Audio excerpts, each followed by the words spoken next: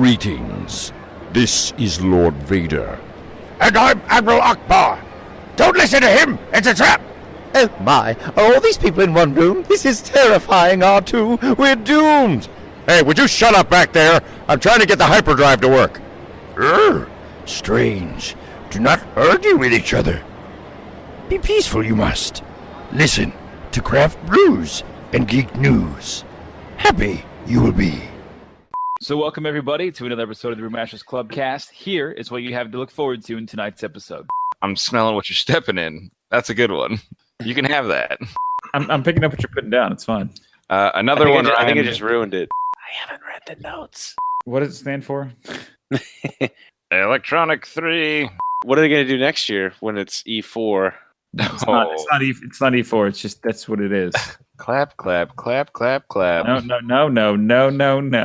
I'm redacting those claps. Sorry, Ryan. Electronic Entertainment Expo is everything. No, that doesn't work. Did you try and use is with an E? Are you guys ready? Why are we whispering? I feel like we're whispering. Don't whisper. Stupid rubs off, man. Let's do the whole show like this, though. Don't tell us. Where do you see our show? We have to really turn our volumes up to hear us. And then we can surprise them. Yeah! Oh, boy. Oh, that was loud. I feel like you just blew out a couple Honda Accord speakers. No, I'll equalize. It'll be fine.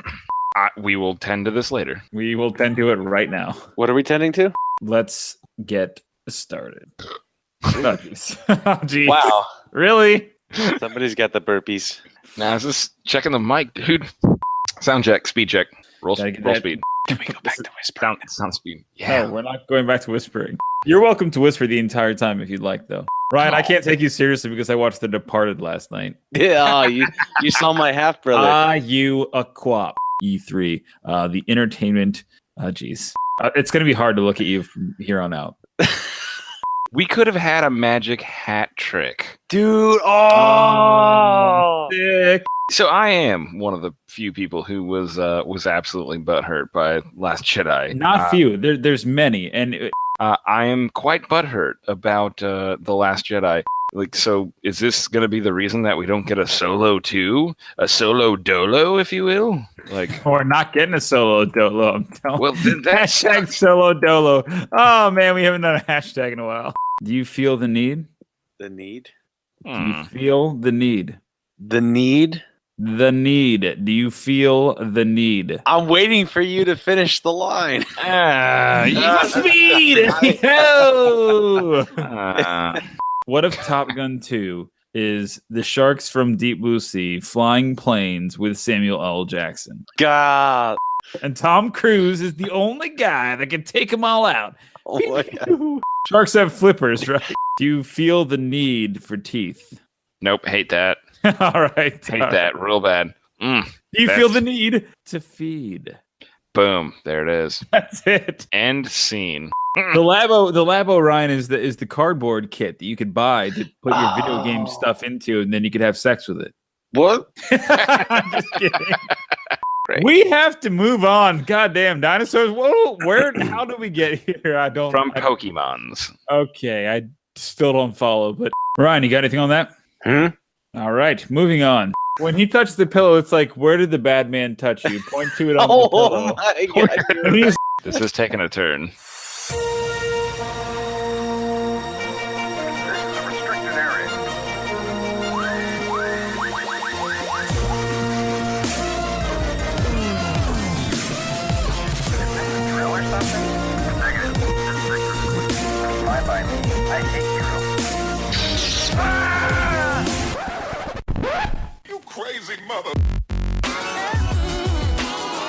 Welcome to the official podcast of the Brewmasters Club, Craft Brews and Geek News. Sit back, pour yourself a pint, and let's get into it.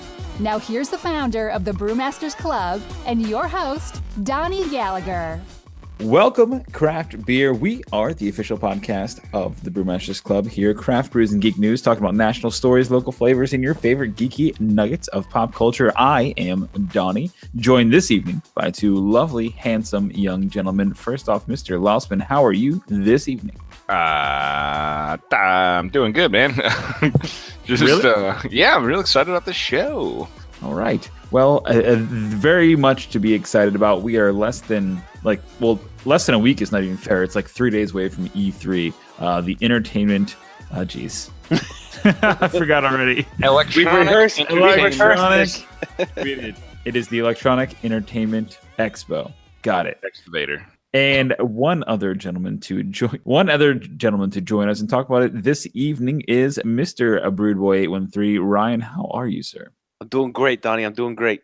No, don't do that. No, okay. it's So in full context, I told Ryan that I watched The Departed last night, and he honestly looks like Leonardo DiCaprio precisely when he's playing that role in The Departed. So, it's going to be hard to look at you from here on out.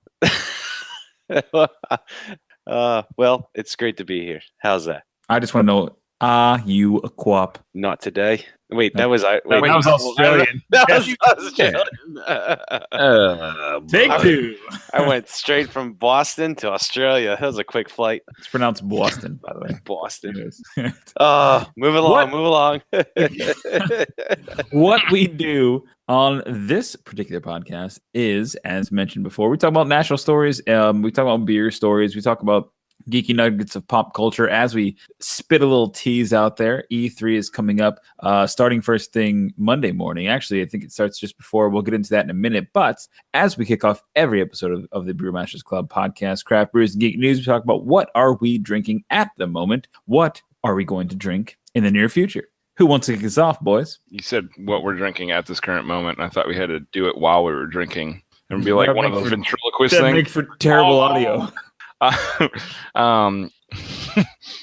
So I went budget-minded, believe it or not. And Publix had they were having a sale, a buy one get one on some craft beer, and it was the Magic Hat TFG. And funny that you mentioned that, or that I mentioned that, because I went to 2 different Publixes and bought them out. Oh my God, you animal.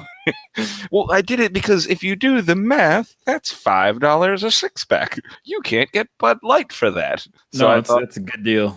It's a heck of a deal. Good enough for me to go to 2 different Publixes.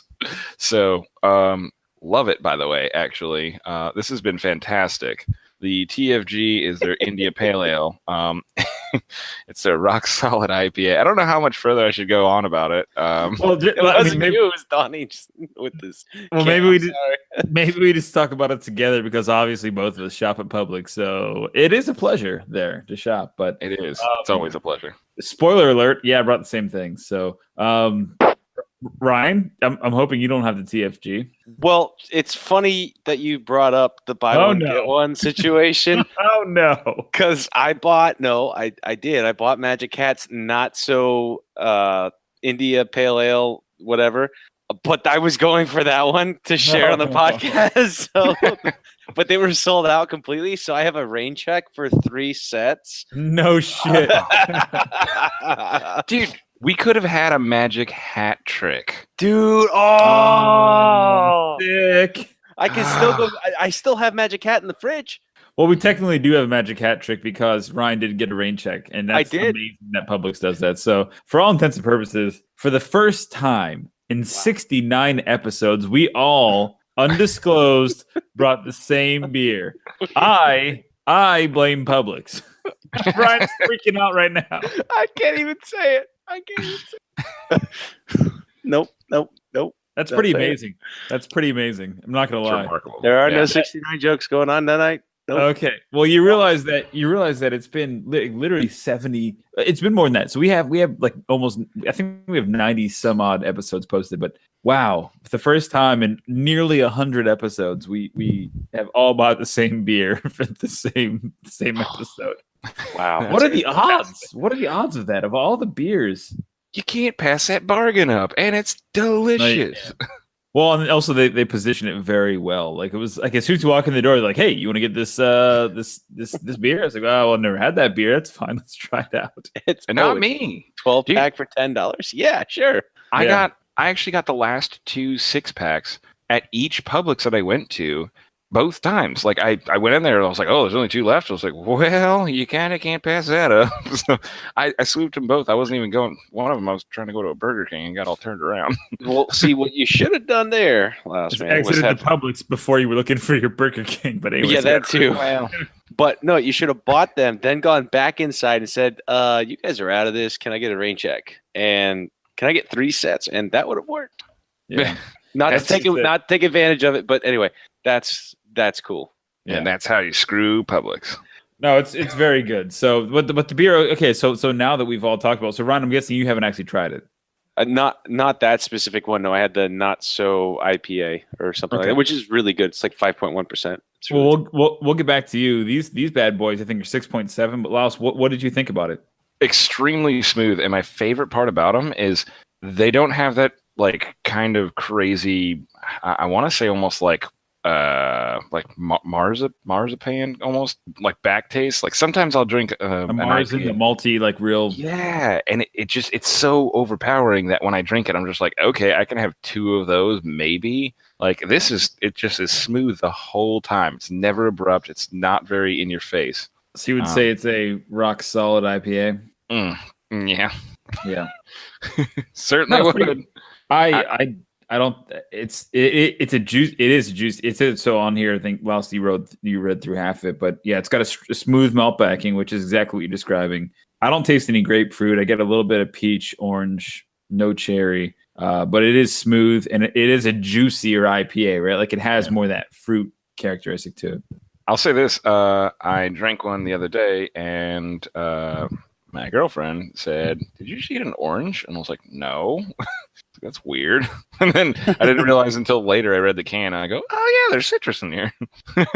Yeah, it is quite citrusy. It's pretty good. So I do like it. And it's just crazy that all 3 of us gravitated towards the BOGO craft. Well, never mind. Now I'm saying it out loud. I realize it's not really a coincidence. We just all wanted to get the BOGO craft beer. Dude, that's awesome.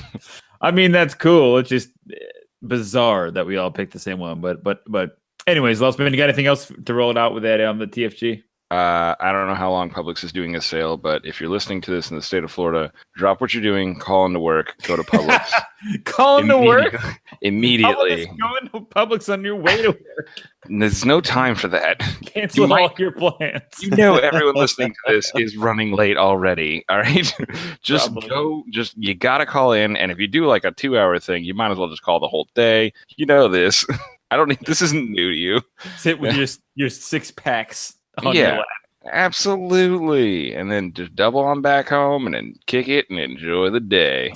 No, I don't think Pop out those aviators because you ain't doing shit. Hey, it's funny you bring up aviators, a little tease for TopGun 2 coming up later. Anyways, Ryan, what are you drinking?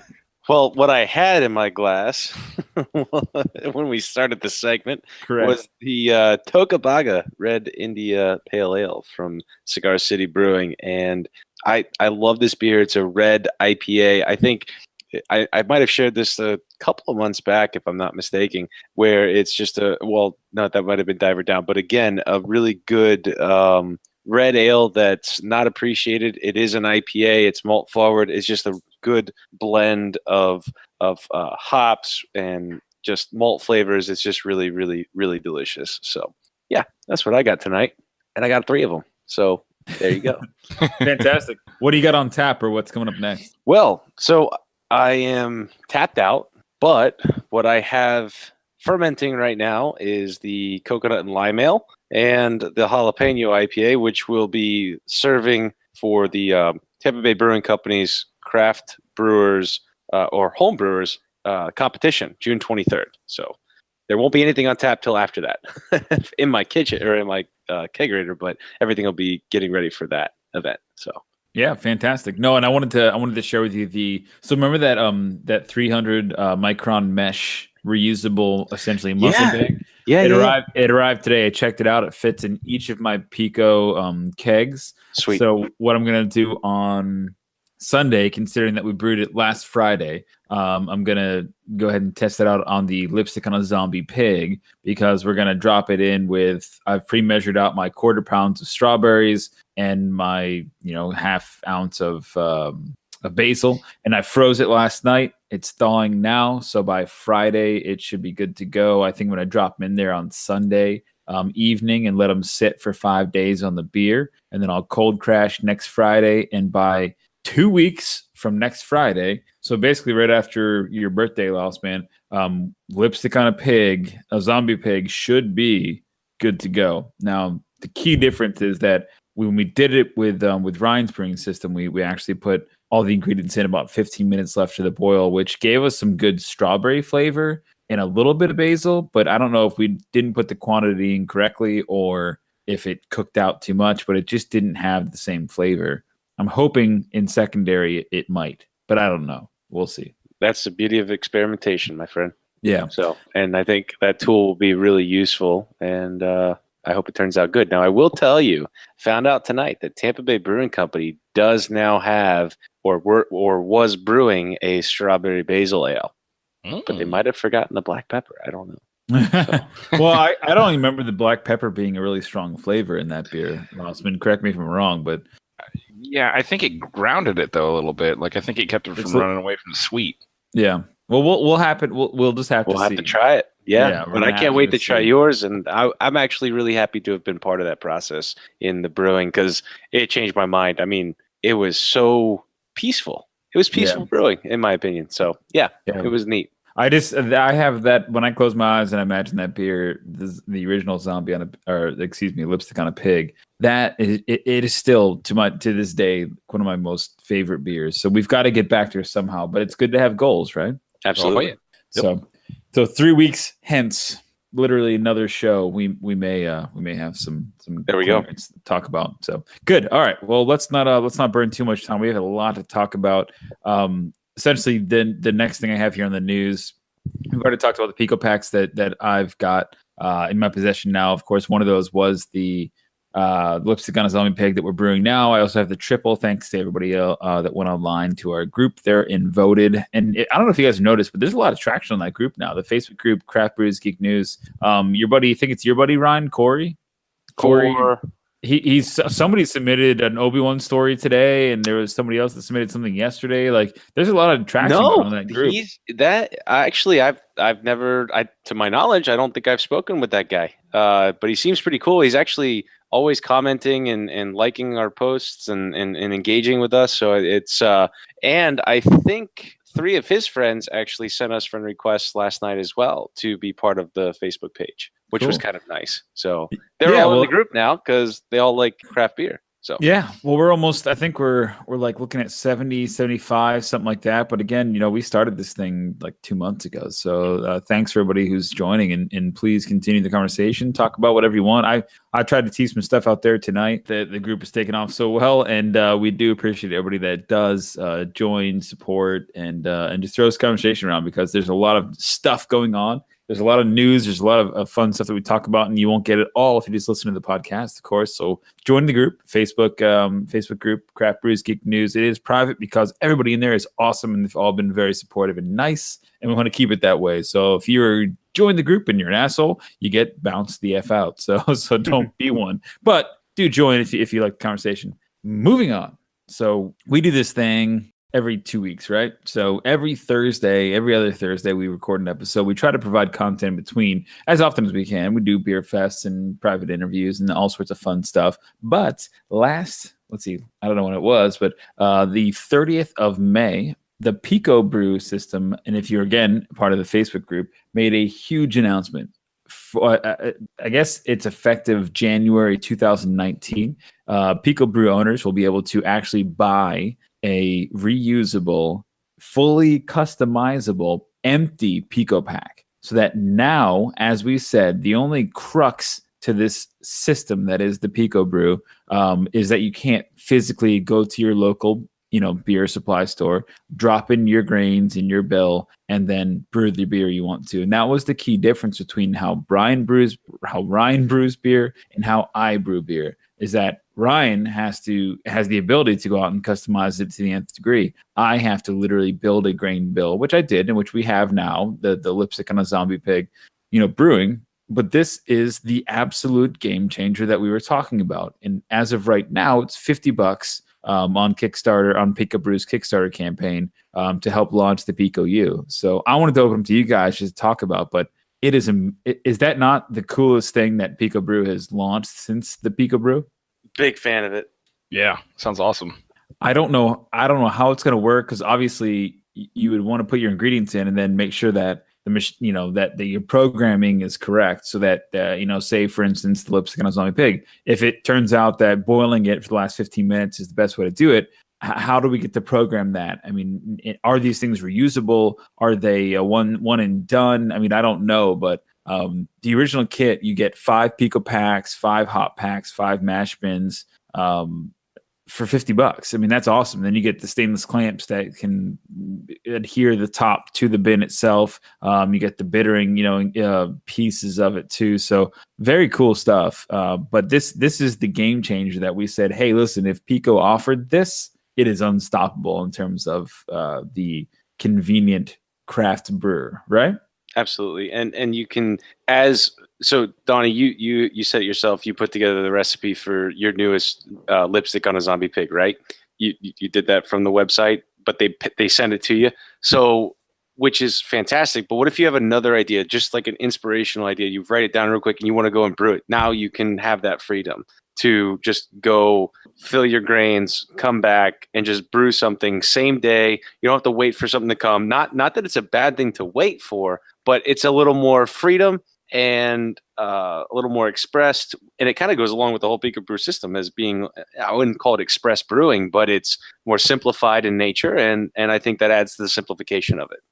I totally agree. I think the funny thing is too, like, I know you guys aren't in them, but like there's a pretty strong Reddit group and there's a really strong Facebook group that is all about the Pico brewers. So if you're a Pico brewer, you can simply just join the group as well, just like our Facebook group. But in that group, and only because since I started this Pico journey, I've been searching and lusting after this zombie on a lipstick pig, which obviously is a pale ale with some serious adjunct influence. And every I would say out of the 10 comments they get, 6 to 8 of them are about how to add raspberry or strawberry or blackberry or cherry to their Pico brew, because the fact that you can't do that now, previously before these brew your own Pico packs, it's just amazing that every like a lot of the chatter in that group is all about how to add adjuncts to your beer, because people love brewing beer, sure, but the part of brewing beer is the fact that you got to customize it and influence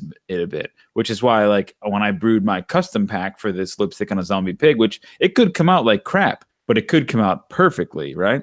The process that I'm taking is different than any other person that's ever brewed this has done. And that's the best part about craft beer and craft brewing. And I think that is the most interesting part about this, is that we weren't the only ones. Like I said, 8 out of 10 comments or questions in that group came from, well, how do you age it over peaches or whatever else you want to do? I just found that very intriguing.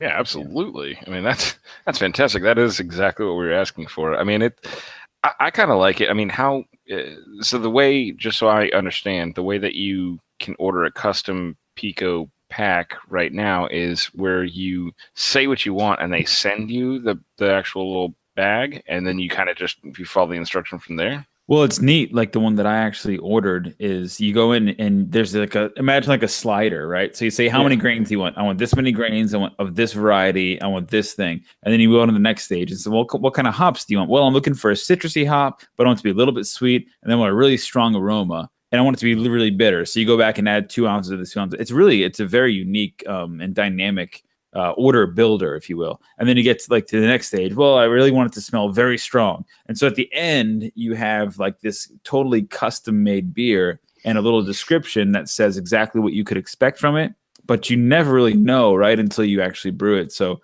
the online, assembly customizably is very cool, but it does fail in the fact that Ryan and I cannot go to our local home brew store together and buy our grain bills and then go back to our houses and make the same beer. This now gives you the chance. Previously I wouldn't have had an option to say, well, in the 4th stage of hopping, I want to add some jalapenos at this temperature. my gut says this now allows me to do that. You fill up your adjuncts, you fill up your grain bill, and you do exactly what you want to. I don't know how it's going to exactly function, but it gives you the full customizable ability as a regular home brewer. So quick question. Based on how you just described, like what you did online when you ordered it, will that segue into this? Absolutely, it has to. Okay. Because to get the right size grain bill to match that, will they allow you to have an online account that says, hey, not only are we going to help you make sure that your ingredients are well balanced with whatever you want to brew, but we're going to store this online for you with your online account so you can go back to it so your recipes are safe and all of that. Does it kind of circumvent that back through? Is that I don't know. I mean, yeah, it's got to. I don't know either, but the only way that they're describing it here is that you'll be able to literally do just that. So okay. I have faith in this company that they're going to make technology like that able to happen. But this is a first step in that direction. And it's just so bizarre because ever since we started playing around with this thing, we're like, they really need this. It really needs it. If they did this, it would be a game changer. And now they're doing it. Like, game changer, man. So it was only like a month and a half ago that we were talking about that. I know. So they were working on this. They had it in the hopper for a long time. So,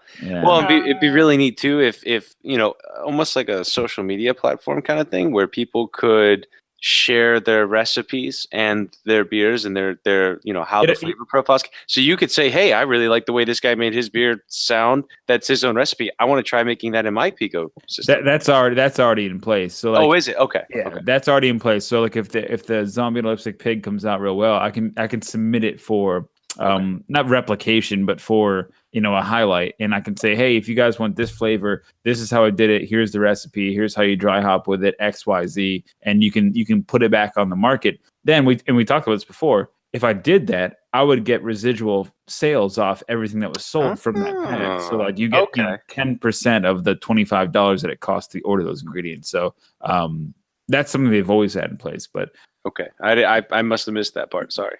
Yeah, it was a couple weeks ago. It's all good. But that is literally most of the beer stories that I had this evening. Do you guys have anything you want to touch on before we move on to the geek news section of this podcast? Narp.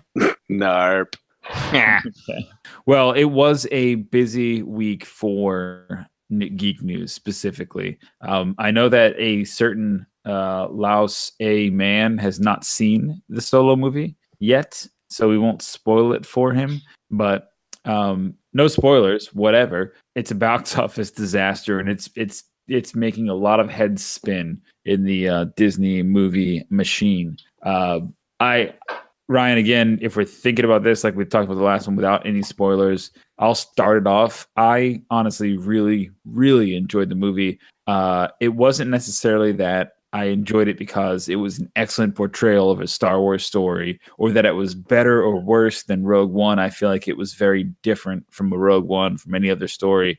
I liked it because it told a classy Western, fun story, and the throwbacks. Like Laos, man, the reason I'm dying for you to watch this is because it makes callbacks from Battlefront 2 on the original Xbox, makes callbacks to Battlefront 1, like not even prequel. It's prequel stuff, but it's stuff that you wouldn't even have noticed if you didn't play those games. It makes callbacks to characters that you thought were dead and gone, or that were no longer in existence. So it was a nostalgia trip, and it introduced the Falcon and all that kind of crap in a wonderful way that I just really enjoyed. There were a couple things, of course, there's always a couple things that take you out of it, and that's fine. But overall, I think it's a story you'll really enjoy. So that was my take on it. The problem is that the box office is reflecting a 103 million, and you guys all called much, much higher, if not twice as high, in your predictions of that. But Ryan, what were your non-spoiler kind of opinions of the movie, just briefly? Well, I'm going to take an outside perspective, analytical sort of analysis perspective. Damn it, I said the same words in like multiple ways. But one of the two I'm going to say for the podcast. The other, feel free to cut out because it may have no relevancy whatsoever. Okay. The first strongest point that I can make is this is a hot movie blockbuster summer, if you will.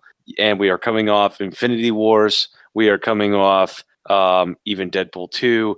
And I don't know about you, Donnie, but I went to the movies 4 times last month. I saw Infinity Wars twice. Okay.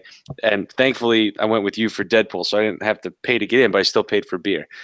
People don't have a lot of money to go to all of these fantastic movies, and this one I think is just going to be on their list to do or rent from Redbox. I don't think that people are going to overlook this movie, but I think this is one of those movies because Jurassic Park is coming out in a couple weeks, and I think there's another one, Ant-Man's coming out in July, correct? Like, there's a lot of movies coming out that people are like, hey, I want to go see, but I don't want to spend $20 a person every time I go to the movies.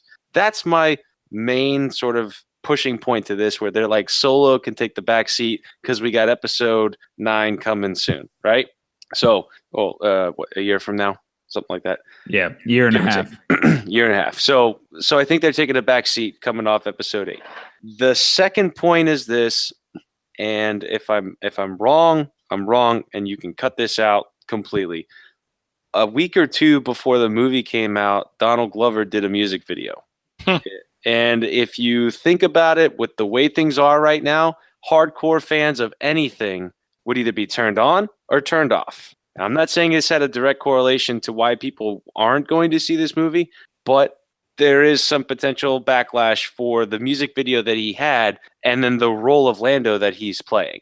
That's, again, I could be completely wrong, and you can cut that part out, but that was my second point. Not going to cut it out, but I actually spoke to Laos this morning about that. Same thing. And Laos, you had a very strong opinion. So do you remember what we talked about this morning about being butthurt by the Last Jedi? Yeah, we did have a bit of a heart-to-heart on that one. So I am one of the few people who was absolutely butthurt by Last Jedi. Not few. There's many. And again, the point of what I brought that up for this morning was that The Last Jedi divided the fans for good or for bad. They said Rian Johnson did his own thing, and you either liked it or you didn't. That's it. It's polarizing. No, it was absolutely polarizing, and it you know, I don't know if I 100% agree with Donnie's point on this one, only because it was polarizing. Yes, I am quite butthurt about The Last Jedi, but that made me somehow way more excited about the Solo movie, because I thought to myself, man, okay, here's an opportunity. Here is a great opportunity for them to learn and say, okay, we may have done some things wrong. We may have made some people mad, but this is something we can do to kind of say, okay, all right, we're making a new movie. We're telling a new story. It's a side story. We get that. I got real excited about that. And that's primarily what I think I'm most excited about, is that they can say, okay, we learned a little bit. Maybe we're just going to move in slightly different direction. We've got some flexibility because it's not, the central story. But yeah, I'm hoping that some of the things I'm saying are true. It's very true. But Laos, would you consider yourself a hardcore fan, a medium fan, or just like a casual fan? I would say hardcore. Yeah. Okay. We went around the table today at work, and how many people had dressed up for an opening of Star Wars? I was one of the only, actually. Well, do you remember also this morning how I said it was 100% your fault that Star Wars, a Solo movie, is not doing well at the box office? Because first off, it came out damn near 3 weeks ago. And have you seen it yet? No. Mr. Hardcore fan? Well, yeah. Is it because you got butthurt by The Last Jedi? I probably wouldn't call it that, but that didn't help.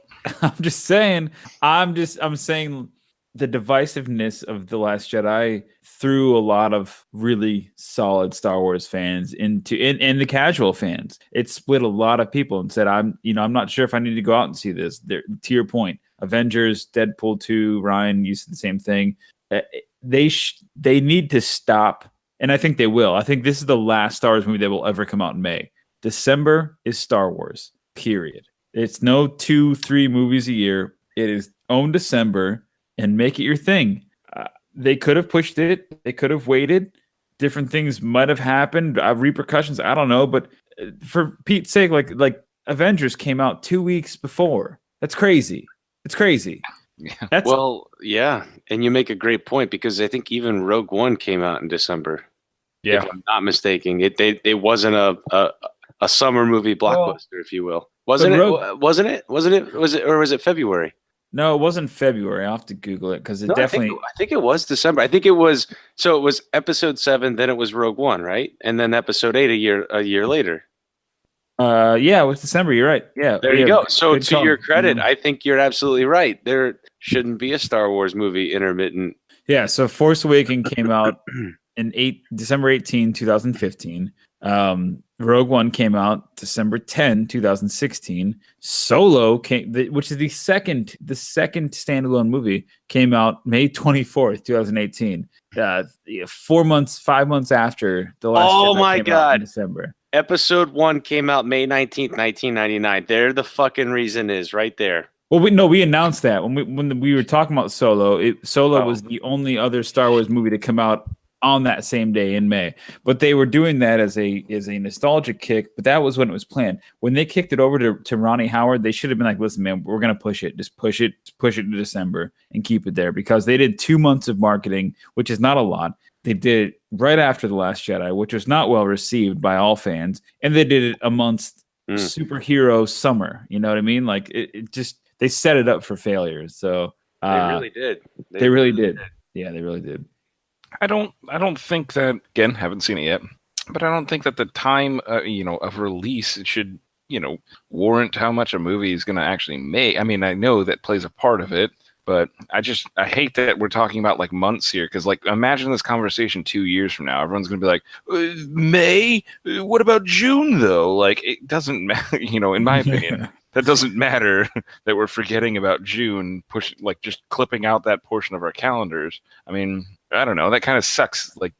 So is this going to be the reason that we don't get a Solo 2? A Solo Dolo, if you will? Like, we're not getting a Solo Dolo, I'm telling well, then that hashtag sucks. Solo Dolo. Oh, man, we haven't done a hashtag in a while. Well, but that sucks though, man. Like, Solo Dolo. So now we don't get a Solo Dolo because we accidentally pushed it to May, and now everyone's butthurt again. Like, I don't know, maybe we can fly through space about it, but whatever. I don't know, man. I'm telling you, like there was a lot of things. I don't know what it was, but there was a lot of things that were playing against that movie, and I just feel bad for it because I really, really enjoyed it. I enjoyed Rogue One for sure, but I really, really enjoyed Solo 2. It gave Solo 1. It gave me a lot of that nostalgia stuff that it was the movie I didn't think I needed, but now I'm happy I have.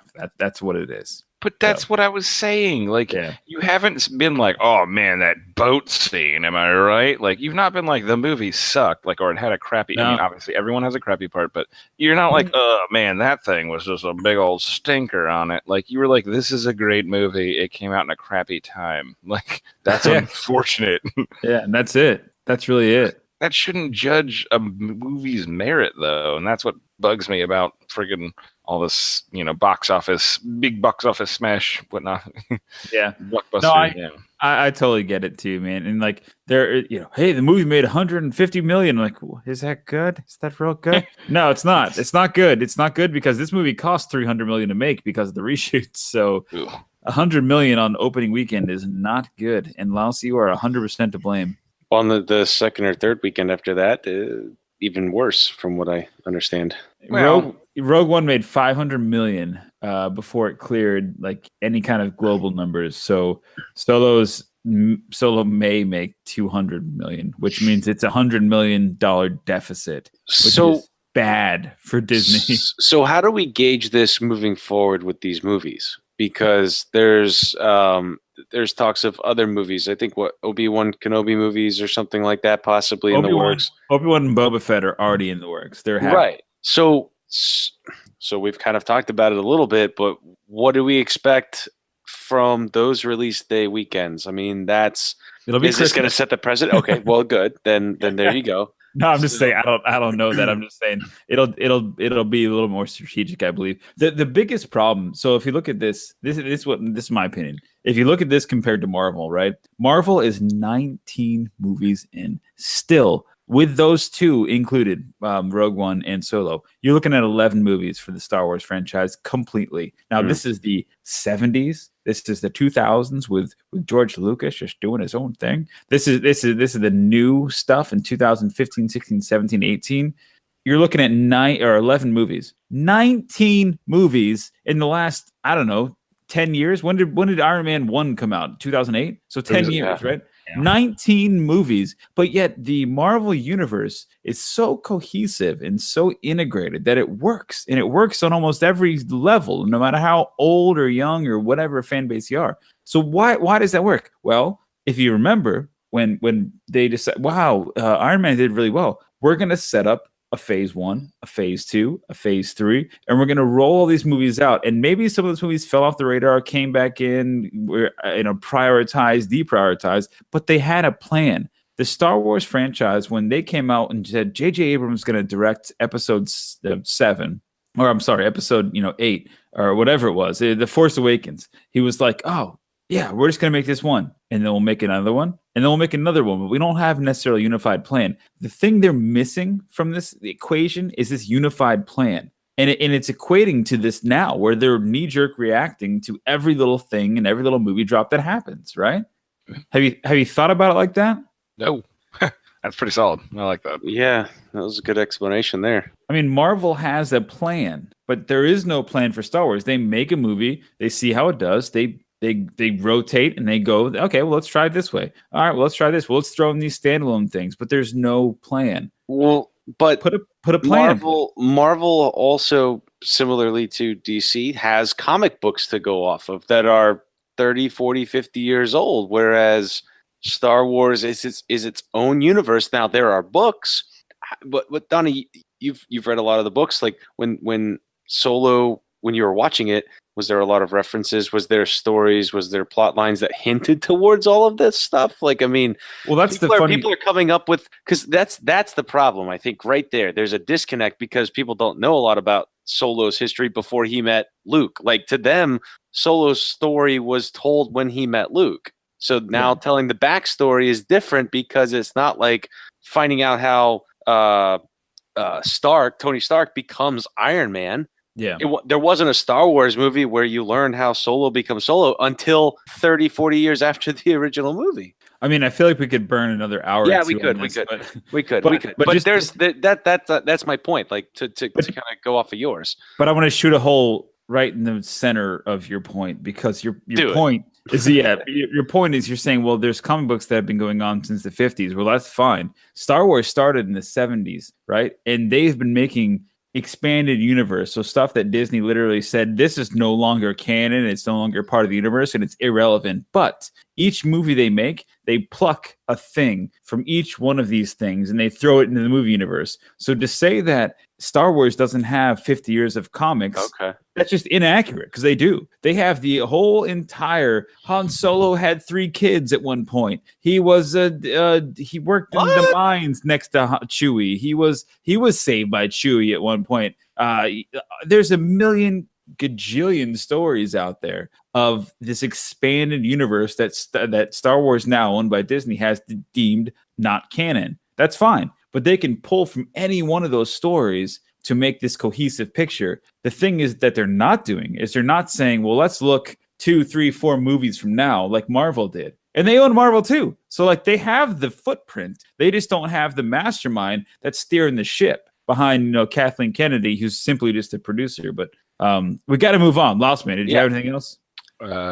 Sounds like Donnie shot first on that one, Ryan. Eat it, Greedo. All right, that's all I'm going to get a beer. All right. Okay. Great radio. Well, while he is segueing into getting a beer, Lousman, I wanted to kick it off into the next story here, and we can touch on this very briefly because we are not going to get to this E3 stuff if we don't keep moving along. But did you see that they actually picked a story or a location for the Star Wars hotel? I did, absolutely. So do you know where that is on the map? I mean, I didn't bring up like the map and look at it. I literally have the map open. I'm looking at it right now. So you know how Blizzard Beach is off of like Buena Vista Drive, and it's past like the Hollywood Studios. So if you're coming from Downton Disney, right? Yeah. So you go kind of past that way. You're heading towards Epcot. Before you hit Epcot, on the right hand side is Disney Hollywood Studios. Yeah. The hotel will be on the south side of that, so closer to like ESPN World of Sports. but there is I'm looking at a map right now. There is a ton of real estate that's right there. And I think it's going to be basically a backdoor right into Hollywood Studios, which essentially will be where the Galaxy. No, okay, Hollywood Studios. You got it. No, I read into that wrong. I thought you were going to take like an Epcot sort of perspective on it, and I was going to say we got a France situation. What is an Epcot sort of perspective? I just define Epcot's one of the few parks that has a back door, if you will, to the park itself. Truth. So I thought we were talking maybe a France type, like, oh, you can just enter through the park here. By the way, you're now at the Galaxy's Edge, and you're in Star Wars 10, and just go from there. But honestly, you're exactly right, because the way that the way that the Hollywood Studios backs up to this intersection of where they're suggesting this is basically Osceola Parkway and World Drive. So if you look at Osceola Parkway and World Drive, there's a huge plot of real estate, and the closest thing to that is freaking Toy Story and Star Tours. So it is right in that quadrant of the park. So I think makes perfect sense, like you said, for the back door on this episode 69. Back door. Hey, we got one. There we go. Yeah, back door on Ep69. Well, I mean, that's not typically how it's done, but yeah.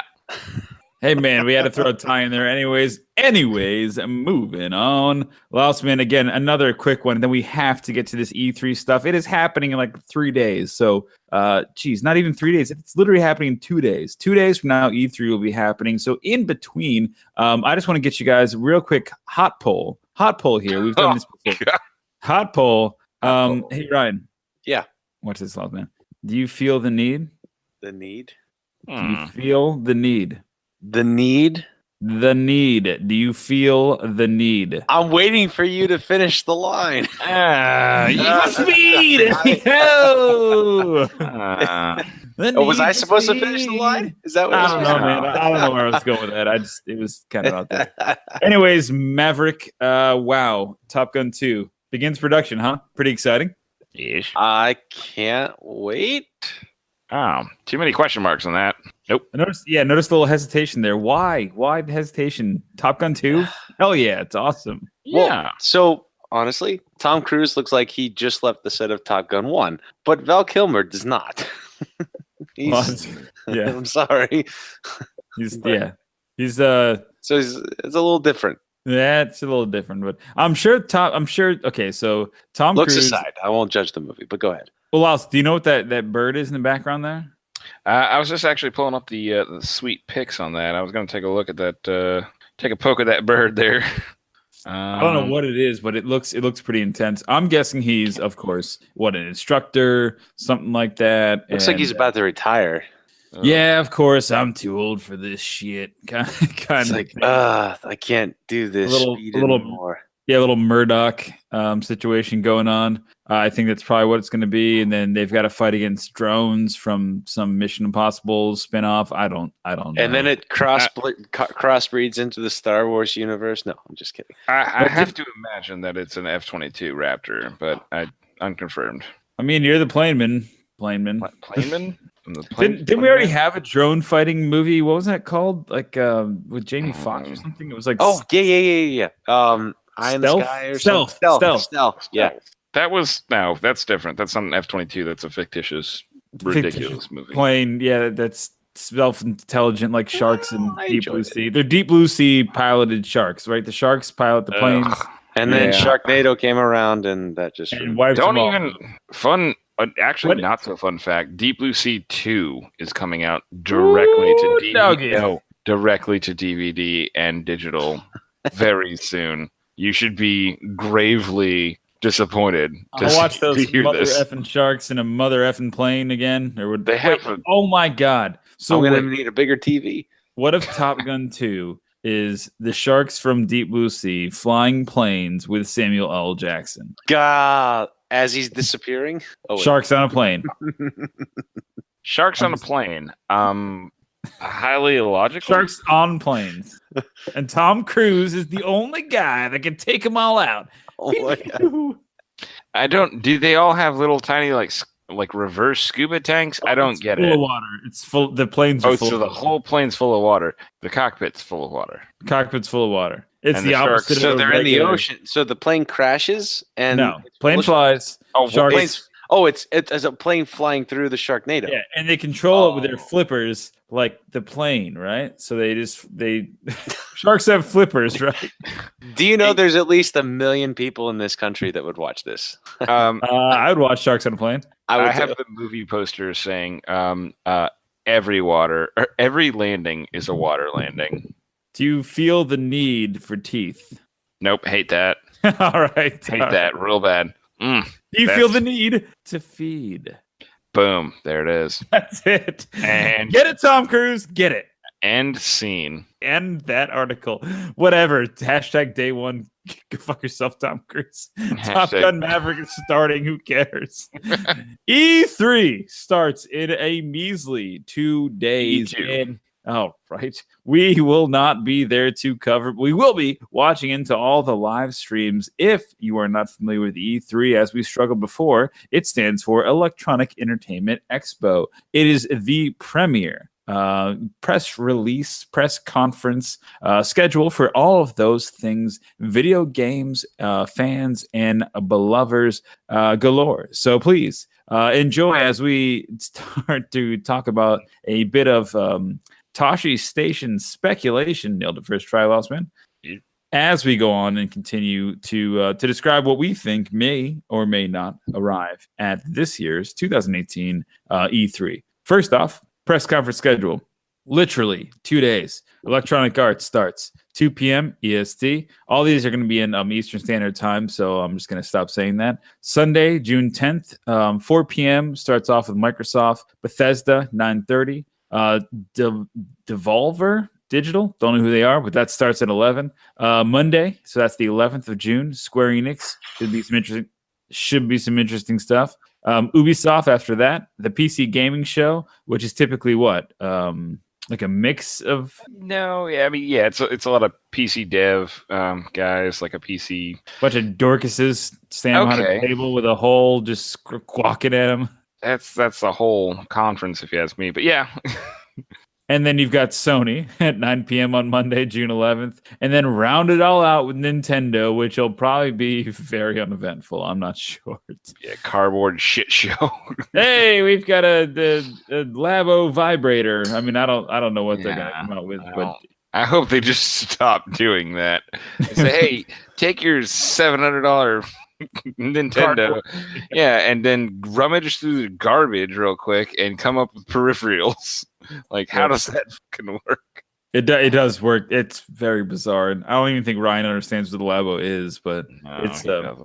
it's real bad. Why am I even in this part of the conversation? That's what I want to know. Consider you it a weren't. collabo. Yeah. The Labo Ryan is the cardboard kit that you could buy to put your video game stuff into, and then you could have sex with it. What? I'm just kidding. No, you could make like a piano or a robot. You didn't have sex Yeah. with it. I'm just kidding. Yeah, that last part, Donnie. I don't know Yeah, if that's really what they free. intended it for. Yours, Yeah. Hey, those keys were not for. Anyway. It's episode 69, man. We gotta have fun somewhere. This is I don't know. I feel like my kids would just take those pieces of cardboard, just shake them all around, and just throw them everywhere. Like, I don't know. Trust me, Yeah. I left a deck of cards at your house once, and your daughter did destroy it. So I totally agree. That You Cards should- Against Humanity. Yeah, you shouldn't get anything cardboard. Definitely You're not. right. I felt bad. I came downstairs like, It's fine. oh no. It's fine. He cards trusted still- me with those. The cards still work. Anyways, we are moving on. So first off, we're going to go through these developer by developer. These will be extremely out of order. This came basically from a Polygon.com article that was released about 6-7 days ago. So I am planning to watch as many of these as I can, or at least catch the highlights. I'm looking forward to a lot of these things. A lot of these things also I can't speak to. So Lost Man and Ryan, I hope that you guys kind of jump in, but let's kick it off with Microsoft. First off, Microsoft, Laos, just quick question to you before we get into it. Okay, this article is stating that they're going to triple down on franchises like Halo, Forza, Gears of War. Like, great, that's awesome. But do you think that it's E3, right? It's E3, so it's not necessarily only about the games. Do you think there's going to be a hardware play that Xbox pulls, or not Xbox, Microsoft pulls into this, quote unquote, holodeck, something like that? I mean, do you think that's a possibility that might steal the spotlight in the Microsoft press conference? Yeah. So fantastic question, because absolutely. I feel like they've, not to chalk up their successes or not so much successes, but they've done that every time, and they've done that since the Kinect, and they will continue to do that, even including the Kinect. Yet again, that the Kinect pretty much isn't working so much, and it's a technology that they're forcing because they need to, because without that technology, that it's one of those things that they'll never advance that next technology. But not going down a crap on Kinect phase here, but yeah, I absolutely think something like the holodeck holodeck hardware. Yeah, I said holodeck, I think so. Well, the holodeck is a very peculiar room from Star Trek, but not we're not going to dive into that tonight. But okay. Yeah. Well, two more things. So, Halo 6, you think that's a possibility? Yeah, they'd be dumb. They'd be real dumb not to waste this time. Yeah, I mean, Halo's going to go to 10, in my opinion.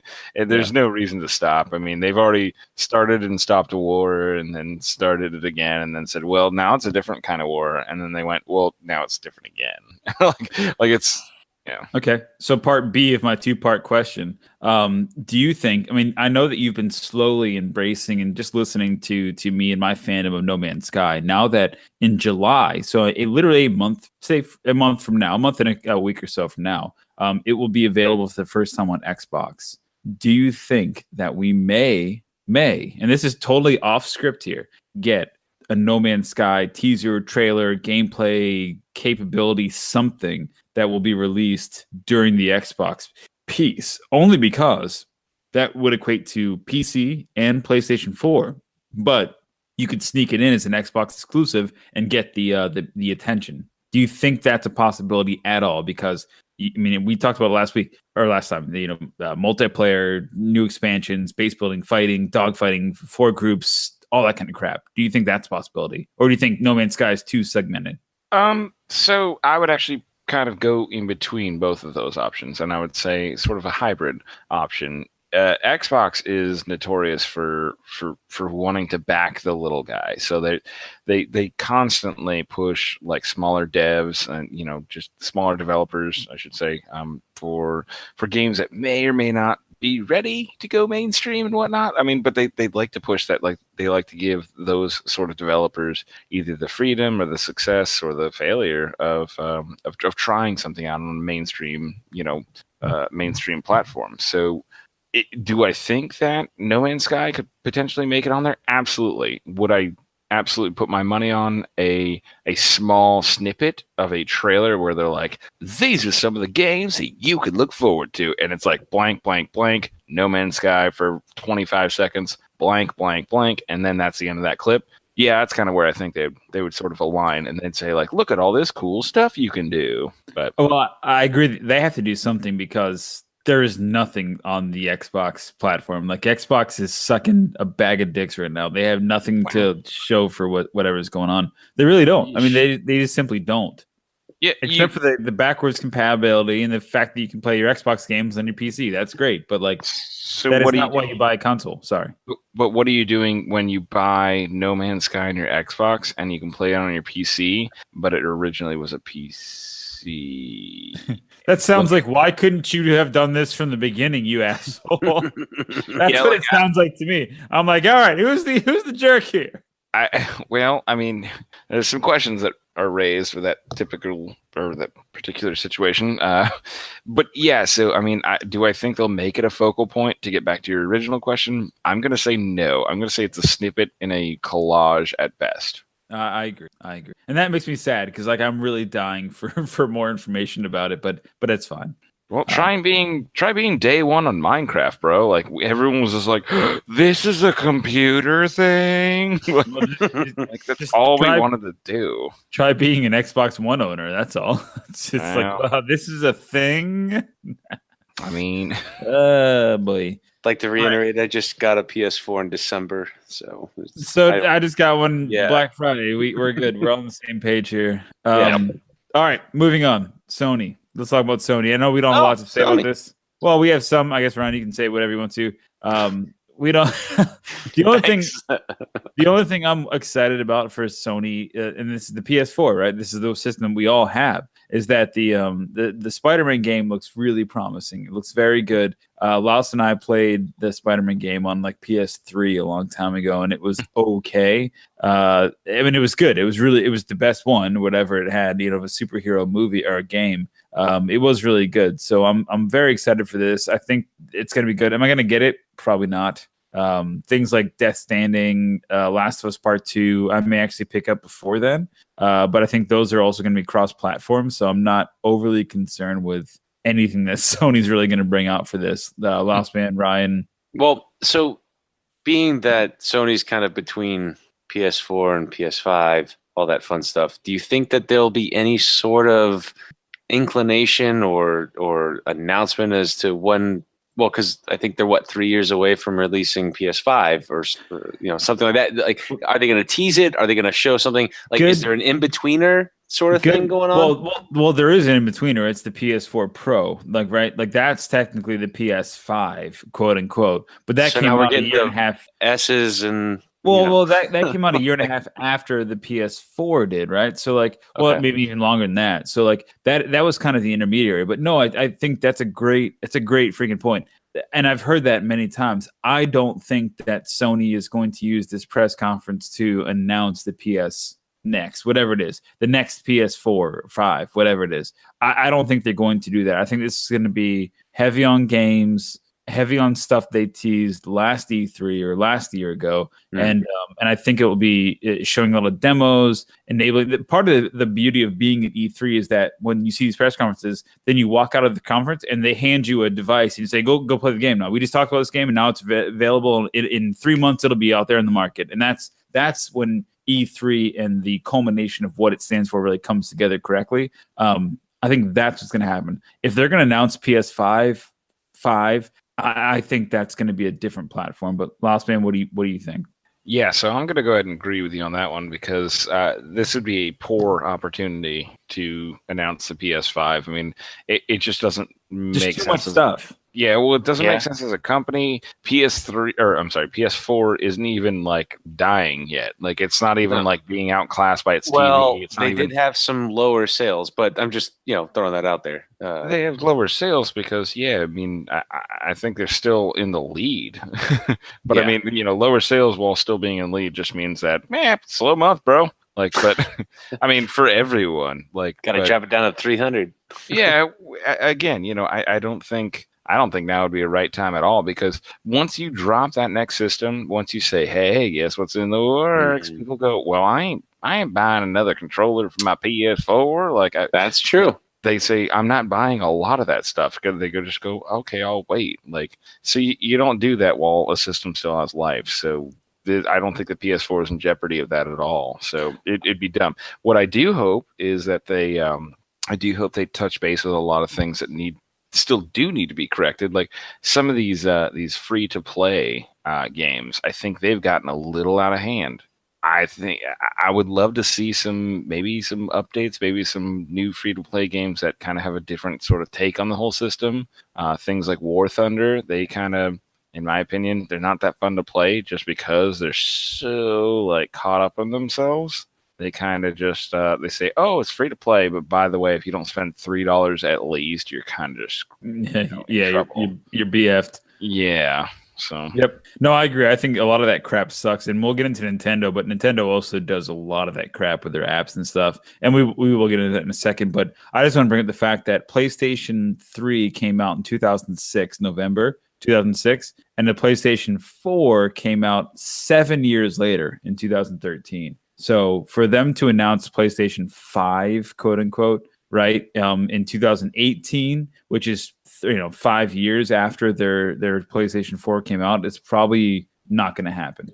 I think sense. Maybe next year at the earliest. The Pro actually launched in 2016, so that's 3 years after. So if you think about it in a halfway point, it would be 2019 before they logically, from their previous history here, would release another system. But I mean, it's an evolving market, and technology evolves much quicker than we anticipate it does. So it's definitely a possibility. But that's interesting conversation, guys. Definitely. So. Good. So I think I expressed what I wanted to with Sony. Nintendo is probably going to be a son of a bitch, as they always are.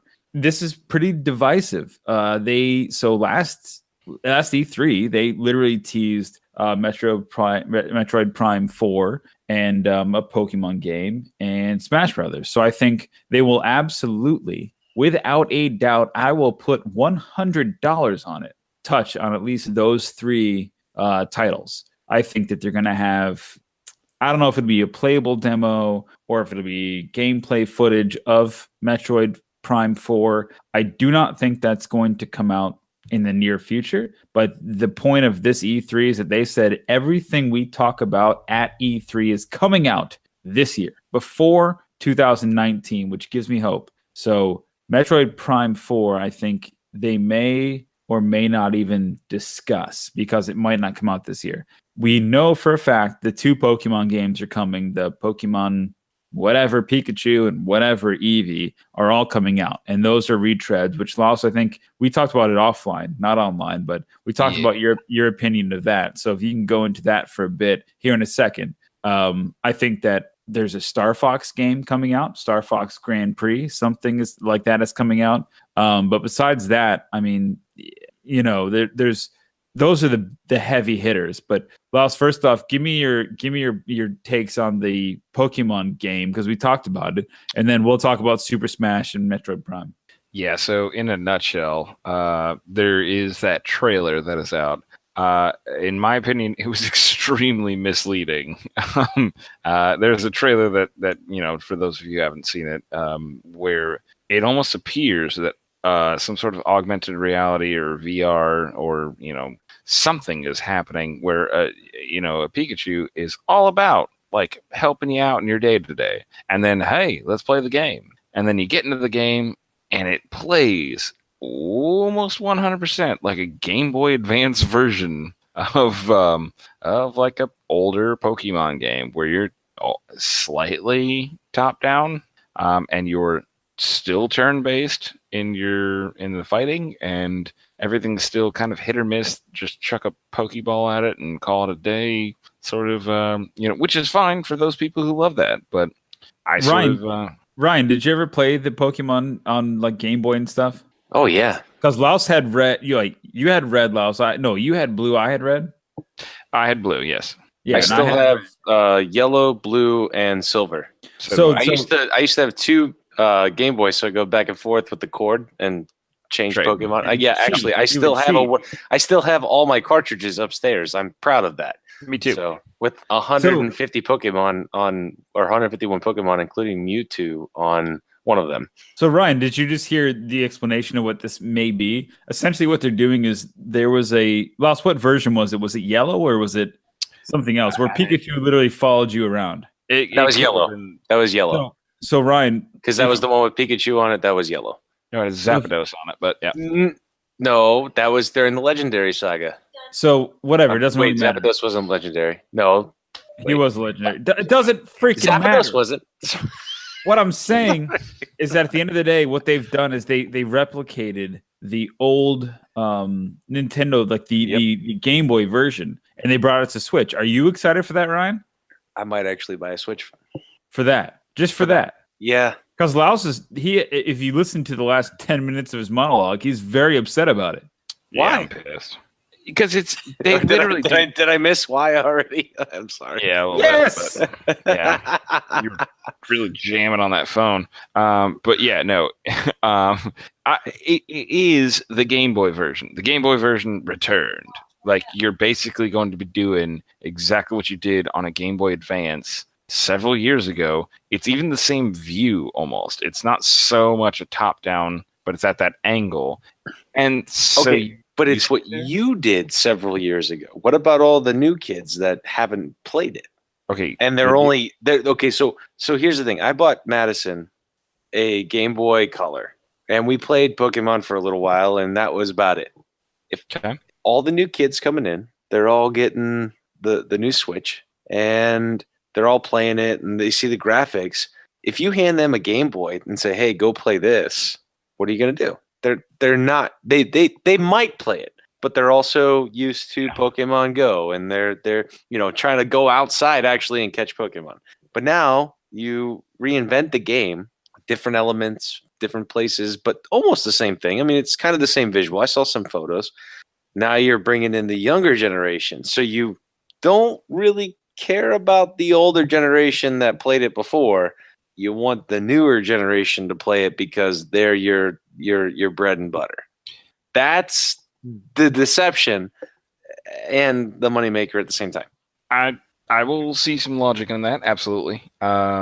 Yeah, no, I totally can see that bringing in the younger generation would be a very smart move. I mean, yeah, I will concede and say that's smart. But the problem that I still have is that the game has kind of always been like held back, in my opinion, just my opinion alone. Absolutely. It's been held back by this turn-based nonsense. Yes, I agree. Yeah, I mean, because it's like when you have 3 players, 4 players, whatever, standing side here, and you're like, you do this attack, you do this attack. There's no like real action. It's not like a Street Fighter. Yeah, where you can press different keys and make them do different movements. It's, hey, Pidgeotto, do Wing Gust or whatever, and it does it, and then Rattata goes and like bites you. Like, yeah. Why couldn't that have been done at the same time? Exactly. Why couldn't they have just been really scrapping together? So what you're saying, Louse Man, is they need to make a Street Fighter version of Pokemon, where the Pokemon can take quick action movements or commands of attacks and then still fight each other at the same time with live action almost drama. If you will. Well, hold on. Let me. That would make it really interesting. Yes, to a point, but more like a Skyrim with a counterpart. That's what I'm actually hoping for. So you've got, and I don't know your extensive knowledge of Skyrim, but Skyrim you get like allies. Yeah, you get allies. They follow you around. They're your buddies and whatnot. How about a called upon ally that you get to sort of command? They get a little bit of free will, and you just sort of explore the world together. And it's got all your buddies. You call them out with a Pokeball. You bring them back with a Pokeball. That's all cool. Put them in your little backpack and do all sorts of, giggle when you drop your digital camera, whatever they do. But just sort of go after the world, and like you sort of use them appropriately, just like in the show. It would basically follow the show back in the day. That's exactly what this world needs. It doesn't need another turn-based digital top-down viewing Pokemon game. I totally agree with that, because that was one of the reasons I stopped playing it. Yeah, and that's what I'm trying to tell you guys too. Is like I wouldn't expect it anytime soon, but and it certainly won't be for 2018 E3. But it is happening. That is in the works, and I promise you that. This is like Pokemon Mortal Kombat. Well, this retread, this like skin. Like, well, it's not even gonna be that, because you love the Dragon Ball game, yeah, but it's not gonna be that. That's easy. That's easy to do, but easy. I'm still on like level 12 on. No, I'm not saying it's easy to play. I'm saying it's easy to make. But 2019, if we don't see a Pokemon RPG, I will punch myself in the face. I'm just saying, you're right. That's what I think it's going to happen. It's not going to be this year. But what I really think is people want to see. Okay, let's go back to the original 151 Pokemon. I think people want to see Charizard blowing a blast of fireball whilst Blastoise is killing that flame. Like I think that's what Last Man's saying. Like, let's get some action. Let's not make it so one dimensional. Let's get adding on that. It's been done for 25 years. Let's get going. Right. But you don't understand that each time they do a new rendition of this thing, which they've done for the last 25 years, to your point, they get the young kid that's got, had the Game Boy, now has the 3DS, now has the whatever that thing was called in between, now has the 64, now has the Switch. Like they keep pandering to the appropriate age group that is applicable for that system at that time. This rendition of it is going to pull in some of us veterans, if you will, quote unquote, that played the game back then. So yeah, this is enough for me. But then there's going to be a bunch of us like, I'm not going in on that because it's not a full RPG open world. Get that. But it will also suck in all those kids who are walking around still playing their Pokemon Go, because on that you can simply transfer your Pokemon from your Pokemon Go over to your Switch. So, but think about it, it's a market play, right? Like if you're going after millennials or whatever it is, it's a market play, and that's what these two Eevee and Pikachu games are. And they're gonna literally A/B test them and say, well, who won Pikachu? And Eevee didn't sell as much, so next time we're just gonna do all Pikachus. Like that's how it's gonna be, and that's fine. But when the RPG comes out, that will be for the hardcore fan. That will be for the millennial that wants to get that, that I want to touch base on my childhood. That's what that'll be for. With Eevee, you just need either a Firestone, Waterstone, Lightning Stone, and no. You gotta have like 8 stones. I played Pokemon Go. I have a bunch of them. Yeah, you're really. That's about as open. By the way, Pokemon Go is about as open a world as you can get, because you're literally crossing traffic to try to catch a Pokemon. I have seen it. Not a good idea. It's bullshit though. Like I do not like the Pokemon Go, but I do. I have not stopped playing only because I want to be prepared for when this game comes out. I'd like to bring one counterpoint in, which is going to be quite controversial, but again, it's off script here. So I'd like to talk about Jurassic Park video games, only video games, not movies or anything. And I'll try and keep this as brief as possible. But basically, I'd like to go through a brief history of all the Jurassic Park video games, where they have been and where they're kind of going. And yeah, I'm going to keep it super brief because this kind of ties into what we're talking about right now. In the past, Jurassic Park video games have had this sort of top-down RPG almost outlook towards things.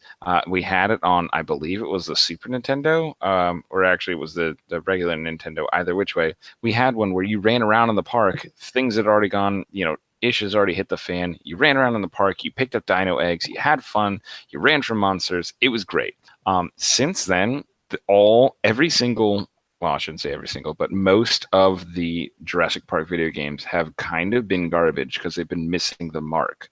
All they need to do, or all they have been doing, is park management. They've been doing things where you interact minimally in the world. Well, and iPhone apps, like they've been apps. Yeah, it's not been a full-blown game. Well, there have been full-blown games, but they've not been full-blown games in which they need to be. All Jurassic Park games need to do is create an RPG. They need to create some sort of Morrowind or Skyrim, where you are a park person and you run around existing amongst dinosaurs. That's all they need to do.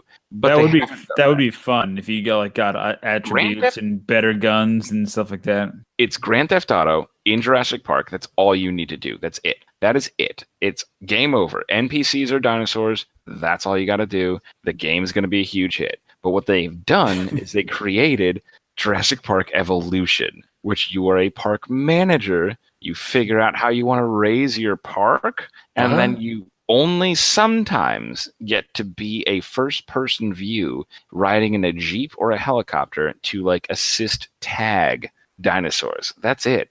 It's got several. Yeah, I know. So bad. It was so close to being beautiful, and it's coming out this year. It was so close to being. They should just burn that.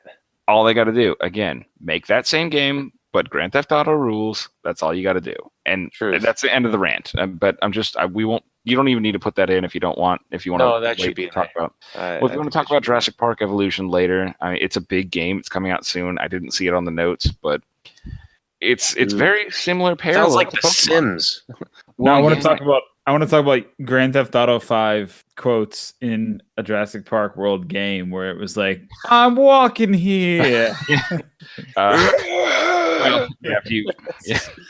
If you hit a Gallimimus, that was and my all of a sudden Tyrannosaurus Rex roar. By the way, that was terrible. Heard that? If you hit a Gallimimus, and then all of a sudden the guy behind the wheel goes, "Why do you exist?" That would just be a mind. It'd quite literally be a mind. Dr. Wong. Dr. Wong is the answer. Can Jeff Goldblum just follow you everywhere? See, life will find a way. It will. Mad respect. That was great. We have to move on. Goddamn dinosaurs. Whoa, how do we get here? From Pokemons. Okay, I still don't follow. But anyways, Bethesda. So we're talking about Bethesda, which brings us directly into what you were just talking about, Laos. Did How anyone many play? more games do we have? These are studios, not games. Studios. Studios. He's trying. 4 or 5 left. Oh my god. Oh, geez. Yeah, it's going to last forever. So essentially, okay, Laos, man, do you think we're getting another Elder Scrolls? Yes, no, let's move on. They're still not done with the online version of Elder Scrolls, so I'm gonna say no. We're not getting a new one. Yes, we're getting a readjustment, I should say, or like potentially some new content. There's still a lot of meat on that bone. So yeah. Two things about that. First off, Skyrim is like the greatest game of our generation so far, right? Like, why don't they just say, "Hey, guess what? Skyrim 2 is coming," right? You could travel there. You could travel to Morrowind. Well, I'm just saying they could do that. Secondarily, they do have. So you know how much I love, and I'm on the tip of No Man's Sky. Well, Bethesda has been working on a game called Starfield, and it is essentially Skyrim in space. I don't know what that means, but that could be potentially very cool. It's a long time rumor, and it's very much not confirmed by any means, and they may not even hint on it here, but if Bethesda did a space simulator like No Man's Sky, but they did it to the level of, Skyrim, that could be very cool. So I would be very excited to see that. Fallout, Elder Scrolls, Rage 2, whatever. The Starfield, quote unquote, would be really cool. And Skyrim 2, which I don't think they're going to announce this year, would be very cool. I would share your passion for Starfield. In my opinion, Bethesda, they've got things going on, but they don't have things going like so majorly going on. Like they have some room to have a whole new dealie going on. I mean, that would be a great title. I really like the sound of that. It's very inspiring. And they've kind of just been, in my opinion, maintaining a lot of their older titles at this point. Adding the online to Skyrim, that's fun. And, I dig it, but, that's only going to get you so far. I mean, but it'd be great for them to come out with a boss new title like that. Huge fan. Yeah. Ryan, you got anything on that? All right, moving on. EA. Yeah. Boy, we're cracking on 3, 4 left. EA Sports. EA Sports, correct. In so the game. EA currently holds the title for all Star Wars games, as in the ability to print money. However, they have not been able to do so without pissing off everybody. Very, very bad year in 2017 for EA, when they had a decade of rough publicity for the Worst Company in America awards in 2012 and 13. They pushed loot boxes into the Need for Speed, Star Wars Battlefront 2, into every other game they had, which pissed off everybody. So I think they will do a complete press conference of make good. That's what I personally think. I agree with this guy. They're almost certainly going to announce the Battlefield 5 V, if you will. They may even put out a classic or free game for Star Wars fans and whatnot. The problem is that the guys who made like the messy Mass Effect Andromeda, who was again pretty weirdly received, they're stopping development on the Visceral Studios, who made the same game, their Star Wars game. So I would love for an actual Star Wars RPG to come out. I do not think it's going to happen in 2018 EA, but I could be wrong. Laos, I know you're very excited about Battlefield. Do you think EA has, this besides Anthem, which again, great, like fucking Destiny with jetpacks, fun, that's cool, but that's even wearing off. So what is EA going to bring, man? So I have two different trains of thought on this, and I'll make it as quick as possible. So EA actually has gone ahead and dropped, this is about 2 weeks ago, they went ahead and dropped a trailer. It's sort of a teaser trailer for the new Battlefield V, aka Battlefield 5. They dropped that trailer, and almost going directly back to Star Wars, it was polarizing immediately. There are people who loved it. There are people who hated it. Unfortunately, I'm one of the people who's not a fan of it. I am so excited. This is why I'm kind of, it's a bittersweet thing. I'm so excited for Battlefield 5. It's been confirmed when the timeline is. I mean, we're talking World War II. If you haven't heard it now, you're hearing it now. It's World War II, but the trailer that they showed was atrocious. And if they just stick to their guns at EA and they just try and show this trailer again and say, oh, well, not all of you caught it on our Instagram. No, that's going to be a fail. Just in terms of getting that hype build up, because the trailer was real bad. It was so Call of Duty-esque, and it was just so jumping around. It was face painted during World War II in like almost the same face paint of like the Braveheart movie. Robot arm. Yeah, there's a robot arm. There's fast-paced motion of people getting shot and standing back up again. It was so cartoony. It was almost Fortnite in a World War II setting, and it made me upset. So I'm going to chalk that up personally to them just having a bad marketing team. Bad choice. Bad choice on what you showed. That was not a good call. The game still could be great. I'm very excited. I'm hoping it is. I'm optimistically scared, though, because they showed some things that hopefully aren't going to be a main focal point in the game. Hopefully those will just be small little things that, well, yeah, you can paint your face blue. Fun, for multiplayer. I'm hoping that's kind of the situation, but right now I'm a little bit apprehensive. All right, and what about Anthem? Give me one line on Anthem. What your thoughts are for that? Well, I still am undecided. I don't quite know what to make of that. A lot of hype. I feel like the hype is so forced. Yeah.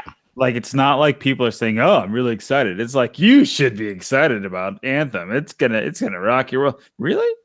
Is it? Yeah. What is it about it that's gonna rock my world besides you telling me that? I feel like the Flex Seal guy is the one who's like in charge of the marketing for this.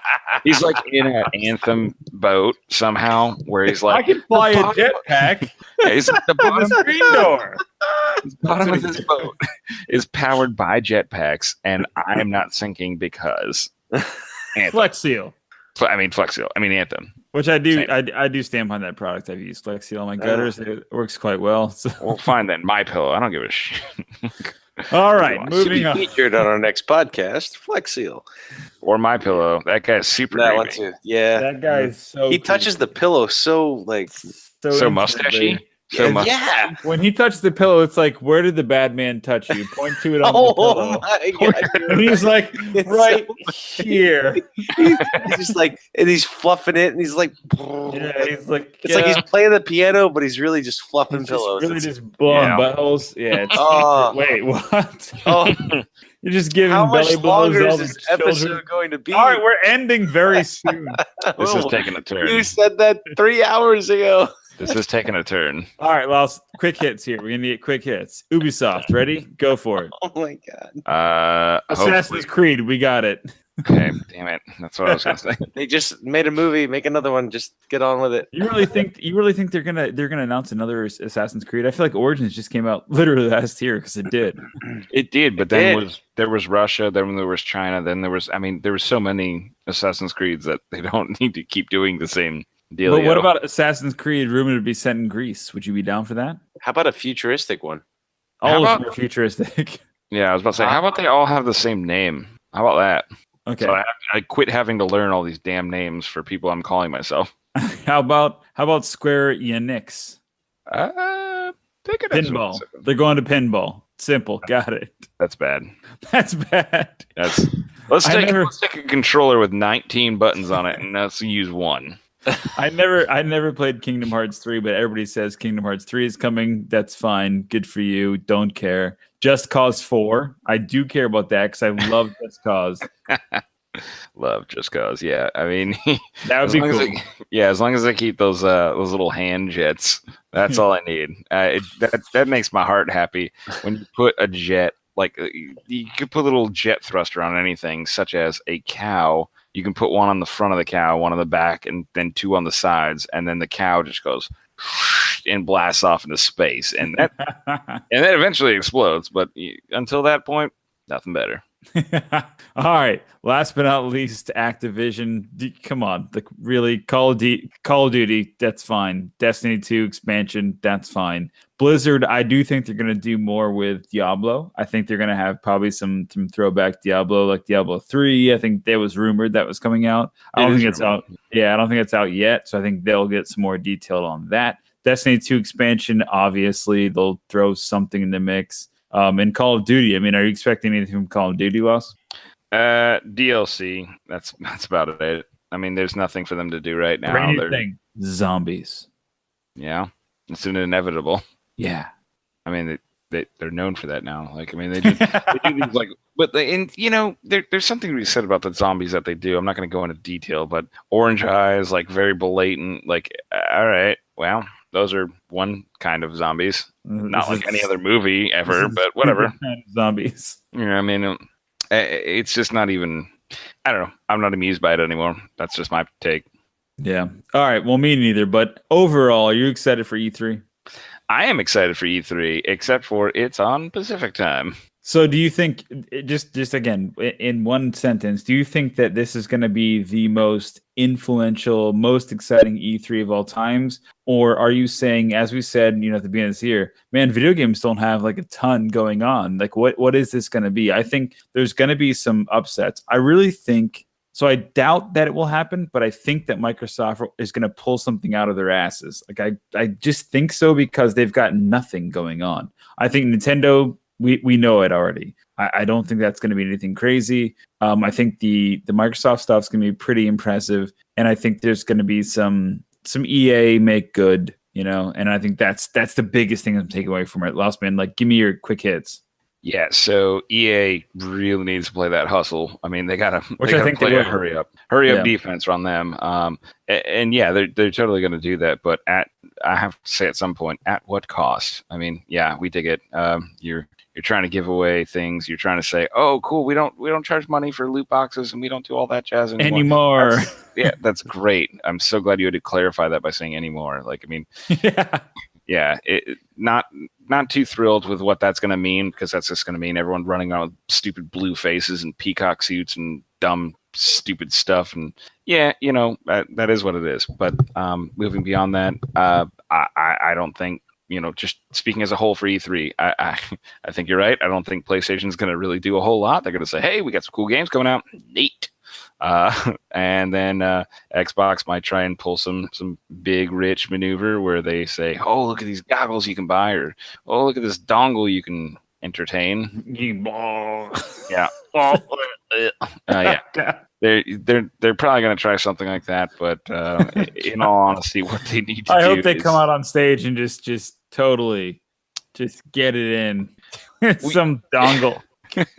What they need to do is, to anybody who's ever watched E3 before, get your shit together, man. When they launched Battlefield 4, they didn't have audio for the trailer. How does that even happen?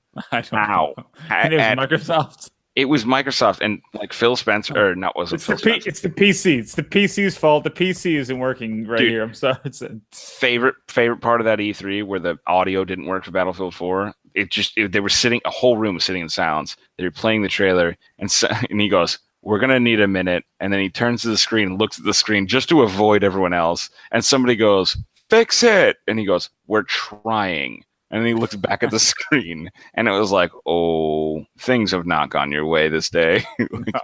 Like, you need to, somebody's losing their job. All right. In any event, I hope for a lot. I don't think we're going to get a lot. Okay. Ryan, any quick hits you want to talk about before we end this ep here? For video games or for E3 as a general discussion? How was that text going, though? Let's talk about that. Can you get that text message going?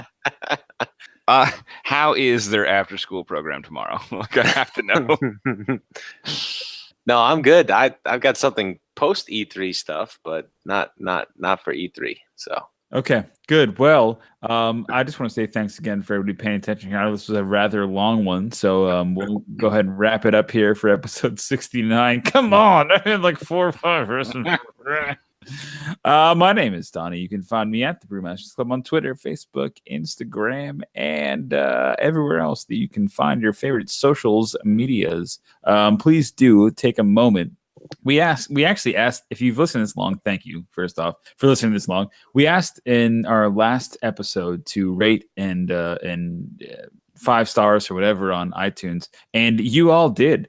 For the first time ever, if you look on our Apple podcast rating, we have a 5.0, and I just want to give a round of applause to everyone out there who actually took a moment to review us. Thank you.